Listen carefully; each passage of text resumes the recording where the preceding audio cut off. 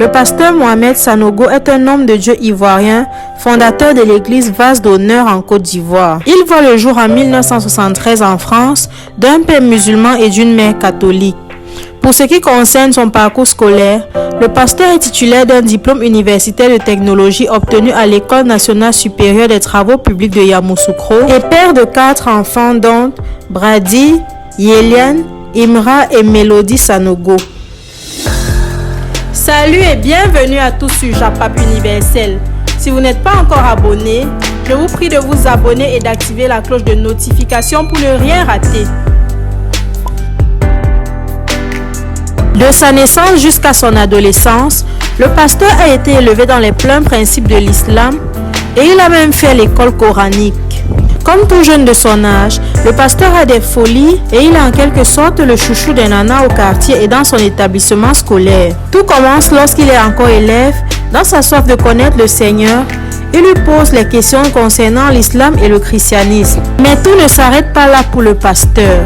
En effet, il s'est confié dans une chaîne en disant, je cite, « Il y avait une fille à qui je faisais des avances au quartier à Daloa. Un soir, je la rencontre. Je lui demande où elle va. Elle me dit, je vais à l'église. Je lui dis, bon, ok, je t'accompagne. Pour moi, c'était pour lui faire des avances. Ce jour, quand je suis arrivée à l'église, c'est comme si le Seigneur m'y attendait. Alors, je me suis dit, on va à l'église et au retour, je vais bien lui parler encore. Ce jour-là, j'avais mes plans.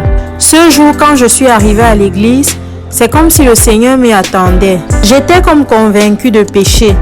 Mon cœur a changé. Je me suis dit, mais qui je suis? Qu'est-ce que je fais?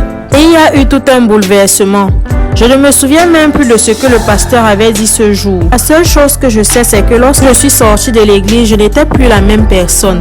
J'étais changée. Je dis souvent aux gens que Dieu m'a converti.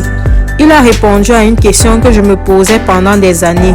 Je disais souvent ceci à Dieu dans ma prière. Si tu ne me montres pas le chemin, que je suis dans l'erreur et que je venais à mourir dans mon erreur parce que tu ne me l'as pas montré, lorsque je serai au jugement, je dirai, Dieu, c'est de ta faute, tu ne m'as pas révélé la vérité. Mais si tu me montres la vérité et que je ne la suis pas, alors Dieu, je serai responsable.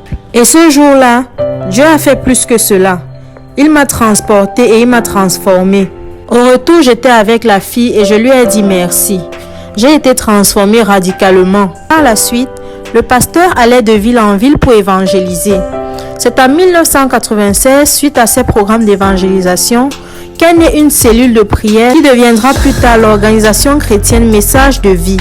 Il fonde en 2002 avec son épouse Liliane la mission évangélique Vase d'Honneur qui deviendra plus tard Église Vase d'Honneur. Son fardeau sur cette terre est ramener le cœur des hommes à Dieu, piller l'enfer. Nous pouvons donc conclure ici que rien n'arrêtera notre pasteur dans le chemin qu'il a choisi. C'est la fin de cette vidéo. Si elle vous a plu, n'hésitez pas de liker, partager et de vous abonner.